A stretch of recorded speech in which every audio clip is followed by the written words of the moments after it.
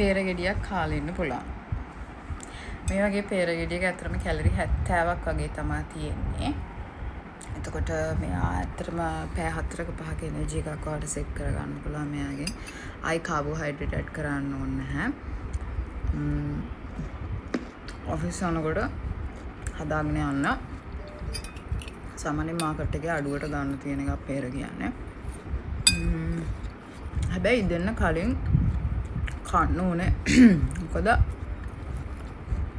ඉදුණාට පස්සේ ග්ලුකෝස් ලෙවල් එක වැඩි. ඩයබටික් තියෙන අයට සාමාන්‍යයෙන් එහෙම දෝල peer කන්න එපා කියලා තමයි කියන්නේ.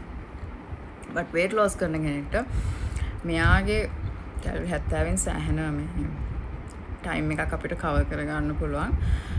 හොඳ ෆෘට් එකක් චූස් කරනවා නම් මාකට් එකේ අඩුවට ගන්න පුළුවන් හින්දා